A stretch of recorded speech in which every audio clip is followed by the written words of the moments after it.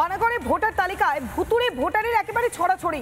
৭৮ নম্বর বুথের তালিকায় ভুতুড়ে ভোটার, একই বুথে প্রায় 25 জন মৃত ভোটার। ভোটার তালিকায় জল করছে মৃতদের নাম। কেউ মারা গিয়েছেন 14 বছর আগে, কেউ বা মারা গিয়েছেন 9 বছর আগে। এখনো পর্যন্ত তালিকা থেকে তাদের নাম বাদ পড়েনি। প্রশাসনের গাফিলতির অভিযোগ করছেন পরিবারের সদস্যরা। কারোর 14 বছর আগে মৃত্যু হয়েছে, কারোর 9 বছর আগে মৃত্যু হয়েছে। 1-2 নয়, 14 বছর 9 বছর এতদিন ধরে প্রশাসন কি করলো? কেন এখনো পর্যন্ত মৃত ভোটারদের নাম ভোটার তালিকায় জল করছে? এই প্রশ্নটাই তো বারবার তুলছেন মৃতদের পরিবারের সদস্যরা। পানাগড়ে ভোটার তালিকায় একেবারে ভুতুড়ে ভোটারের ছড়াছড়ি। শুধুমাত্র ৭৮ নম্বর বুথ, সেখানেই 25 জন মৃত ভোটারের নাম। ভাই কবে মারা গেছে? 2021 মারা গেছে। তো এখনো তো আপনার ভাইয়ের ভোটার লিস্টের নাম আপনি ফর্ম ফিল আপ করে জমা দিয়েছেন, কিন্তু এখনো পর্যন্ত নাম বাদ যায়নি। না, সেটা আমি বলতে পারছি না। আমি দিয়েছি। নাম তো আছে আপনার ভাইয়ের? আচ্ছা, সেটা আমি জানি না। আচ্ছা, বলি কাকে দিয়েছিলেন জমা? ওনার নামটা কি?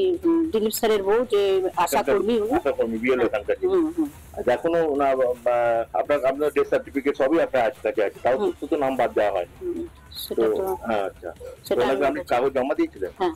কোনো রিসিপ্ট কপি কিছু দেয়নি না। 4 বছরের উপর হয়ে গেছে আপনার ভাই মারা গেছে। 2021 মারা গেছে। আপনি কোথায় ভোট দেন? এখানে?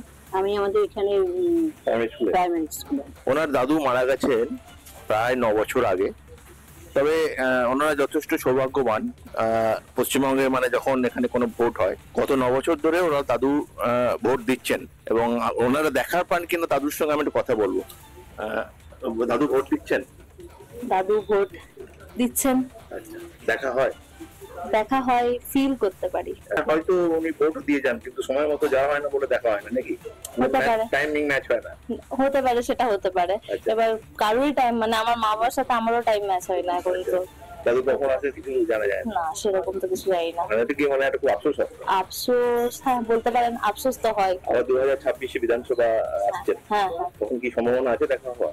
জানি না, যদি আসেন তাহলে খুবই ভালো হয়, আর যদি না আসেন তাহলে, মানে আমি তো কোনোদিন দেখতে পাইনি ওরকম, এবার যদি আসেন তো খুব ভালো। যখন ভোটার লিস্টে নাম আছেন মানে উনি আছেন, এটাই আর কি ধারণা হয় সাধারণত। হতে পারে যদি এরকম নাম আছে তো মনে হয় আছেন কোথাও না কোথাও। ঠিক। ওনার নাতনি যেটা জানালেন আমাদের, বিধানসভা এখনো ভোটার লিস্টে জল করছে ওনার দাদুর নাম। 9 বছর আগে উনি মারা গেছেন, এবং উনিও ভোট দিয়ে যান, হয়তো ভোট দিয়ে যান, সেই জন্য হয়তো ভোটার লিস্টে এখনো নামটা জল করছে, কিন্তু দেখা হয় না ওনাদের সঙ্গে, হয়তো টাইমিং ম্যাচ হয় না। ওনারা যখন যান দাদু হয়তো তখন আসেন না ভোট দিতে। 2026 বিধানসভা নির্বাচনে আদৌ দেখা হবে কিনা, ভোটার লিস্টে নাম দাদুর থাকবে কিনা, সেটা এসআইআর হলে বোঝা যাবে। এবং ওনারাও অপেক্ষায় আছেন 2026-এ। তো ওনারা চেষ্টা করবেন দাদুর সঙ্গে যদি আরেকবার যদি দেখা করা যায়। ক্যামেরায় তাপসের সঙ্গে রমেন মজুমদারের report, Republic Bangla, Panagarh. SIR আমি মনে করি যে প্রত্যেক 5 বছর অন্তর হওয়া উচিত। সম্পূর্ণভাবে রাজ্য সরকার, শাসক দল এটা চাইছে, এইভাবেই তারা জিতে আসছে, এইভাবেই চাইছে তারা ক্ষমতায় থাকতে।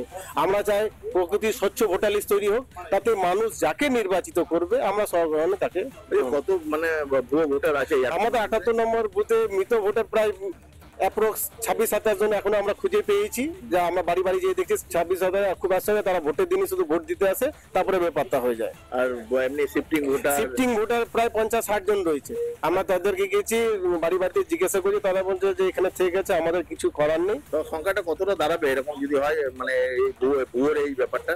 আমাদের এই বুথে আমি গোটা পশ্চিমবাংলায় বলতে পারছি না, বুথ পিছু অন্তত 50-60 জন করে বাদ যাবে। এই বুথে 50,000 শিফটিং মৃত ভোটার, ভুয়ো ভোটার মিলে প্রায় 50-60টা করে বাদ যাবে।